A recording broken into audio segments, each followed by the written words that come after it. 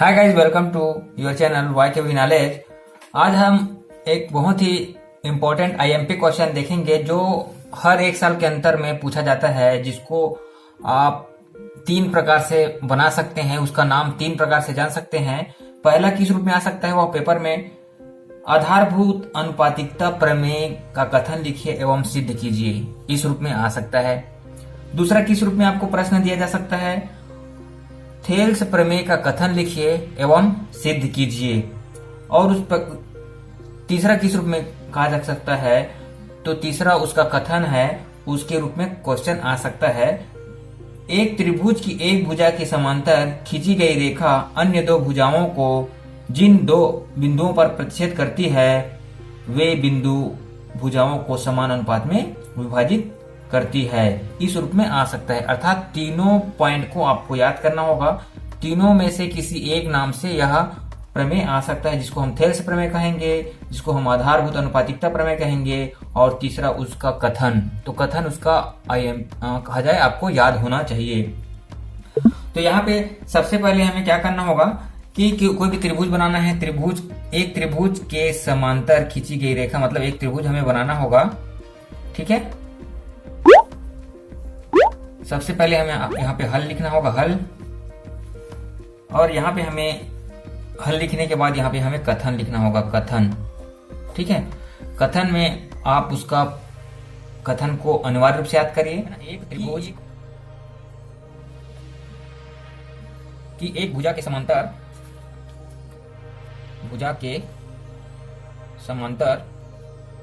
खींची गई रेखा अन्य 2 भुजाओं को जिन 2 बिंदुओं पर प्रतिच्छेद करती है, वे बिंदु भुजाओं को समान अनुपात में विभाजित करती है। यह थेल्स प्रमेय आधारभूत अनुपातिकता प्रमेय का कथन है। तो सबसे पहले हल करने में तो कथन में आपको 1 नंबर मिलेगा। उसके बाद आपको यह त्रिभुज बना लेना होगा। एक त्रिभुज हमने बनाया है जिसका नाम है ABC। तो इस कथन के अनुसार किसी त्रिभुज, मतलब एक त्रिभुज के एक भुजा ले लेते हैं यहाँ पे BC के समांतर अगर हम एक रेखा खींचे, है ना, जिसको हम कहेंगे DE नाम दे देते हैं, DE। ठीक है, BC जो भुजा है उसके समांतर एक रेखा खींच देते हैं DE, तो 2 भुजा बचती है ना, AB और AC को समान अनुपात में विभाजित करती है। अर्थात AD बटे DB और AE बटे EC के रूप में विभाजित करती है। ये कथन लिखने के बाद हमें चित्र बना लेना होगा। और यहाँ पे हमें दिया है, क्या दिया है उसको लिख लेते हैं, दिया है। कथन में जो दिया है उसको हमें लिखना होगा। कथन में देखिए क्या दिया हुआ है, किसी त्रिभुज की एक भुजा के समांतर। तो त्रिभुज हम लिए हैं, त्रिभुज ABC में एक भुजा के समांतर, मतलब BC के समांतर हमने क्या लिया, BC समांतर है DE। इसको आपको लिखना होगा, ये दिया हुआ है। अब यहाँ पे हमें क्या लिखना है, सिद्ध करना है, लिख दीजिए, सिद्ध करना है। बड़े आसान भाषा में समझिए, यह इंपॉर्टेंट है, आसानी से आपको समझ में आ जाएगा। सिद्ध करना है, क्या सिद्ध करना है, आपको याद करना होगा AD बटे DB, है ना, AD बटे DB बराबर होगा, मतलब AE बटे EC के, AE बटे EC के। ये हमें सिद्ध कर लेना होगा। अब उसके बाद हम अपने से रचना करना होगा, रचना करना है, रचना मतलब अपने से हम जो एक्स्ट्रा काम करेंगे इसको सिद्ध करने के लिए, उसको हम रचना कहेंगे। हमें क्या करना होगा, यहाँ पे B को E से मिलाया और C को D से मिलाया, लिखना होगा यहाँ पे B को E से अल्पविराम और C को D से मिलाया, C को D से मिलाया। ठीक है, चलिए मिला देते हैं, डैश डैश करके मिला दीजिए। आपको स्केल में बना लेना होगा, स्केल में मिला लेना होगा इसको।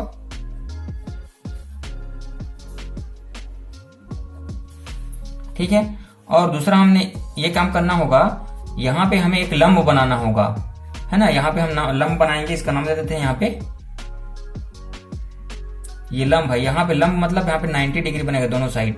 तो इसको हम, उसके बाद है डी जी ले देते हैं यहाँ पे, डी जी, और ई एफ यहाँ पे एक और लंब दे देते हैं,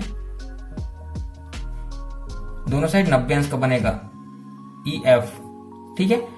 तो यहाँ पे डीजी लंब है एसी पर, डीजी लंब है, डीजी जो लंब है एसी पर, लंब मतलब दोनों साइड 90 अंश का कोण बने एसी पर, तथा क्या किया, और ई एफ लंब होगा किस पर, ए बी पर, ई एफ लंब होगा ए बी पर, लिख दीजिए ए बी पर, ठीक। इतना काम हमें कर लेना होगा। उसके बाद हमें यहाँ पे हल करना होगा यहाँ पे कि हम कौन से फार्मूला से बनाएंगे। ये एक ही मुख्य फार्मूला से बनेगा यह सवाल, जिसको हम कहेंगे त्रिभुज का क्षेत्रफल। त्रिभुज का क्षेत्रफल बराबर क्या होता है, इसको याद कर लेना होगा। इसी से सारे हल होंगे थेलसफर में। 1/2 गुणित आधार गुणित ऊंचाई, है ना। इसी फार्मूले से यह फार्मूला थेलसफर में सिद्ध होगा। अब यहाँ पे हमें क्या करना होगा, त्रिभुज लेना होगा ए डी ई। देखिए ए डी और ई, त्रिभुज ए डी ई, और बटे ले लेना होगा त्रिभुज बी डी ई, ठीक है। क्योंकि यहाँ पे अनुपातिक है, अनुपातिक बटे हैं, तो हमें लेना होगा पहले त्रिभुज ए डी ई का क्षेत्रफल, त्रिभुज ए डी ई का क्षेत्रफल बटे, उसके बटे में लेना होगा बी डी ई का क्षेत्रफल, त्रिभुज बी डी ई का क्षेत्रफल, ठीक है। अब यहाँ पे हमें देखिए, हम यहाँ से पहले लेफ्ट हैंड साइड को हल करेंगे, यहीं पे याद कर लेना होगा आपको। यहाँ से हमें पहले एडी बटे डीबी निकालना होगा, तो कॉमन रहेगा त्रिभुज ए डी ई का क्षेत्रफल, ए डी ई का क्षेत्रफल, ठीक है।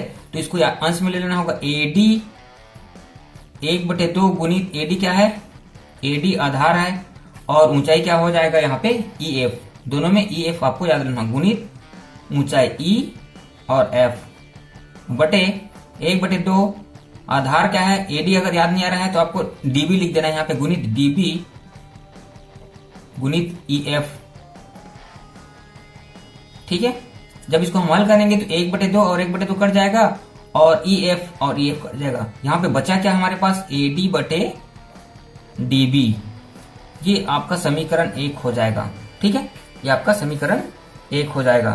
तो इसी प्रकार हमें एसी ए बटे ईसी को याद करना होगा। तो उसी प्रकार हमें फिर लेना होगा त्रिभुज ए डी ई का क्षेत्रफल, त्रिभुज ए डी ई का क्षेत्रफल, और त्रिभुज सी डी ई का क्षेत्रफल। उसी प्रकार त्रिभुज ए डी ई का क्षेत्रफल बटे त्रिभुज सी डी ई का क्षेत्रफल, सी डी ई का क्षेत्रफल। तो यहां पे हमें क्या निकालना होगा, राइट हैंड साइड को निकालना होगा, ए ई और ई एफ, ई सी आएगा यहाँ पे, और 1/2 कॉमन आएगा, और यहाँ पे हमें ले लेना होगा डीजी को याद कर लेना होगा, डीजी, ठीक है। इस पर लंब है तो मैं लिखूंगा 1/2 गुणित, लिख दीजिए ए ई ऊपर वाला, सॉरी हाँ ए ई, और गुणित डीजी लिख दीजिए डीजी, ठीक है, जो ऊपर में हमने बनाया डीजी। उसी प्रकार पूरे का बटे 1/2, यहाँ पे हमें लिखना है कि इसको ए ई ले लिए हैं तो ईसी ले लीजिए, ईसी गुणित आपको याद कर लेना होगा डीजी, इसको क्योंकि कटाना है डीजी। तो यहाँ पे 1/2 कट गया, यहाँ पे 1/2 कट गया, और यहाँ पे डीजी कट गया, डीजी कट गया, बचा क्या यहाँ पे ए ई बटे ईसी। ये समीकरण 2 हो गया। इतना ही सरल है, इतना ही सरल है, और कुछ नहीं करना है। अब यहाँ पे हमें ध्यान देना होगा क्या, बी डी ई का क्षेत्रफल। देखिए बी डी ई का क्षेत्रफल और सी डी ई का क्षेत्रफल। देखिए यहाँ पे हमने पहले भी बता दिया है कि बी सी समांतर डीई, मतलब बी सी समांतर डीई। तो यहाँ पे जितने सारे त्रिभुज बनेंगे इसके अंदर में, वो क्या होंगे, आपस में बराबर होंगे। यहाँ पे एक ही आधार पर किसी समांतर रेखा के बीच बने सभी त्रिभुज का क्षेत्रफल समान होता है। समान अर्थात बराबर होता है, समान या बराबर होता है। बस इतना लिखना होगा आपको, ठीक है। तो समीकरण 1 और 2 बराबर हो जाएंगे, ठीक है। इसलिए समीकरण 1 एवं 2 भी बराबर होंगे, ठीक है। तो लेफ्ट हैंड साइड का लेफ्ट हैंड साइड में बराबर कर देंगे और राइट हैंड साइड का राइट हैंड साइड में बराबर करेंगे। अर्थात हम कहेंगे क्या, इसको लिख देते हैं पहले, त्रिभुज ADE का क्षेत्रफल बटे त्रिभुज BDE का क्षेत्रफल बराबर होगा। अब राइट हैंड साइड ले दीजिए। राइट हैंड साइड क्या है यहाँ पे, हाँ इसका भी लेफ्ट हैंड साइड लेना है। त्रिभुज ADE का क्षेत्रफल बटे त्रिभुज CDE का क्षेत्रफल।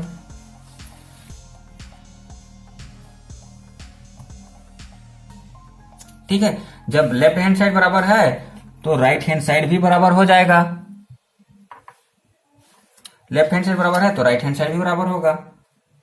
इसलिए लेफ्ट हैंड साइड बराबर तो राइट हैंड साइड बराबर होगा। तो यहां पे हम क्या कहेंगे कि AD, राइट हैंड साइड ले लीजिए, AD बटे DB बराबर होगा AE बटे EC। AE बटे EC, देखिए हमने सिद्ध कर लिया, ठीक है। तो यहां पे हम लिखेंगे क्या, इति सिद्धम। यही हमारा थेल्स प्रमेय है। तो आई होप आज का यह इंटरेस्टिंग वीडियो आपको एग्जैक्टली समझ में आया होगा।